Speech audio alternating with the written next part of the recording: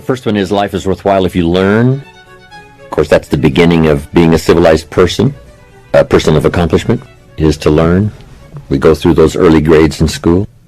Part of the learning process, though, starts right before we go to school from our parents, mother, father, hopefully. I was very fortunate to have excellent parents who taught me well even before I started school. My mother taught me how to read and write before I went to school, so it made school a lot easier, and I enjoyed it all the years I went through high school, 1 year of college. But my parents gave me that great extra advantage from the things they taught me in those years before school. And then the rest of it is learning as you go, from school to enterprise, getting a job, learning what marriage is all about, the opportunity and responsibility, children, learning the possibilities. It's unique that the possibilities are always far more than we can imagine. So first we imagine the possibilities. Then we imagine the possibilities that are possible for us. And I think we need both. Someone gives their testimonial and said, I started with this and I became wealthy. And if I can do it, you can do it. And they take us into a story of possibilities far beyond what we think we could possibly accomplish. But at least we can take from that testimonial their comment that if I can do it, you can do it. I started with nothing and look what happened for me. You could do it. But on our part now, it's a matter of personal choice. But at least it gives us a glimpse into the full range of possibilities. The income level now in America is $5 an hour for, let's say, minimum wage, up to, top income last year, $68 million one person earned for 1 year. That's the full range of possibilities. Then we have to figure out on that full range of possibilities what's possible for us. Then you go as far as you can see at the moment. But accomplishment, it's just like ambition. Accomplishment helps you to see that much more.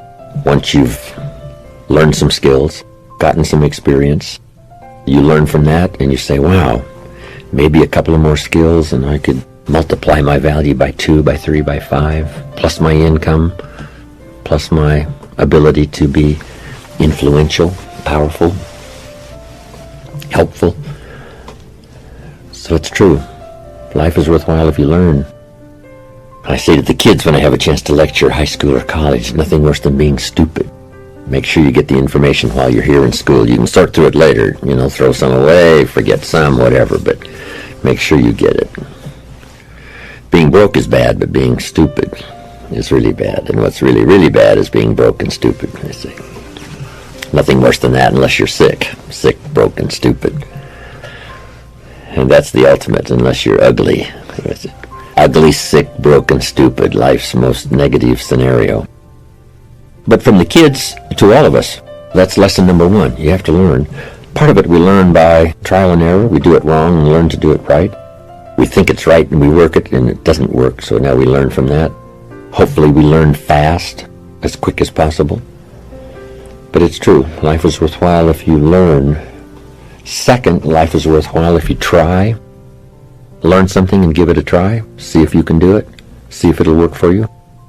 We play the game to see if we can win. You can't just say win. Say, no, you got to try. Play the best you can. See if we can have a higher score than the other team when we finish, so we walk off winners. But if we lose a game, that doesn't mean we're losers. It only means we lost the game. So the key is to try it again. See if we can win next time. Put a better combination together. But the same is true economically, or a job, or employment, or enterprise. The farmer plants in the spring, takes care of it all summer. But at harvest time, a hailstorm comes along and beats his crop into the ground, which means now all is lost in terms of his harvest. So the question is, should he ever try again? And the answer is, of course.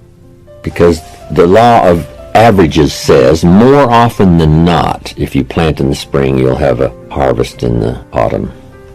More often than not, which is pretty good odds. Better than Las Vegas. But it's not a guarantee. Every time you plant in the spring, you will have a harvest in the fall, but more often than not, you will. So, of course, even if it was all lost, he would go back and try again. in the spring. Not a guarantee, but a promise and an opportunity. And that's all of us can do, is to try our best with whatever opportunities come our way. Part of it's learning to recognize opportunity, take advantage of it. Chance to meet somebody and we let it slip by, and wow, that could have been the chance of a lifetime, could have been an open door. So we try to learn not to miss opportunities, to try it. Then when the record book is finished on your life, let it show your wins, let it show your losses, but don't let it show you didn't try. See what you can do. So life is worthwhile if you learn. Second, if you try. Third, life is worthwhile if you stay. Some people plant in the spring and leave in the summer when it gets hot. The weather's not to their liking, and the weeds are too tall, and the work is too hard. But you gotta stay. My advice is to stay at least through the cycle. Doesn't mean you have to stay forever, but at least if you've planted in the spring, see it through to the harvest and see what comes of it. It's like going to a game. Stay till it's over, I say. It's good training. Even though your team is behind, if you walk out and your team is behind, it's really not very polite. So they're losing, we're out of here. You know, if you support your team, you probably wouldn't leave till it was over. Even if your team is sort of hopelessly behind, that's good practice. Who are these people that leave early and spill their soft drink down your neck and step on your shoes and trying to get out early to beat the traffic? If you lay the foundation, at least see this project through, finish this one. Doesn't mean you have to build ever again, but at least if you've started this one, see if you can't accomplish this one, to stay through the summer, stay through the challenges, stay until at least this project is finished, and then make a decision on whether to plant again or whether to start another project or whether to do something again. Probably more marriages could be saved if they decided to stay at least a little longer, see if it could be worked out. Sometimes that might be as possible, but at least stay and try. See if there's another answer, another alternative, another way. And there usually is. So if you learn, if you try, and if you stay. My last one was if you care. And I came up with the phrase, if you care at all, you'll get some results. If you care enough, you could get incredible results. Part of the miracle of the human capability and possibility is the ability to care, to love, to truly care about someone else, or to care about the enterprise, or to care about your country, or to care about your village, or to care about your friendship. Care enough to repair what goes wrong. Care enough to confront the challenges, to make something better.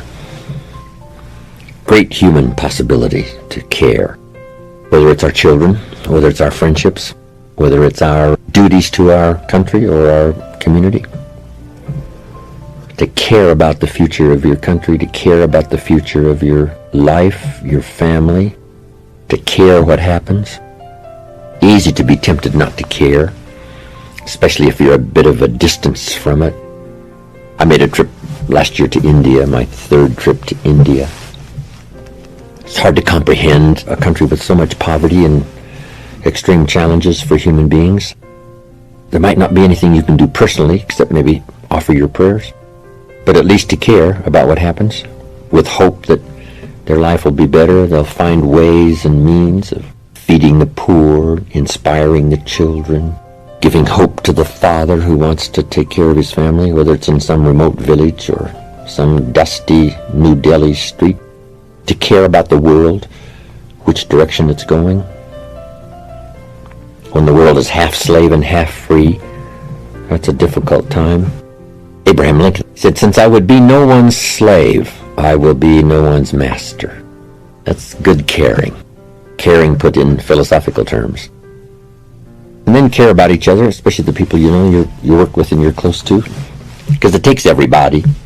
One person doesn't make an economy. One person doesn't make an institution, an enterprise. It takes all gifts blended together to make something work, and learning to appreciate each person's value. I said to my audience yesterday in Colorado Springs, we had about 1,000. I said it took everybody being here to make this occasion.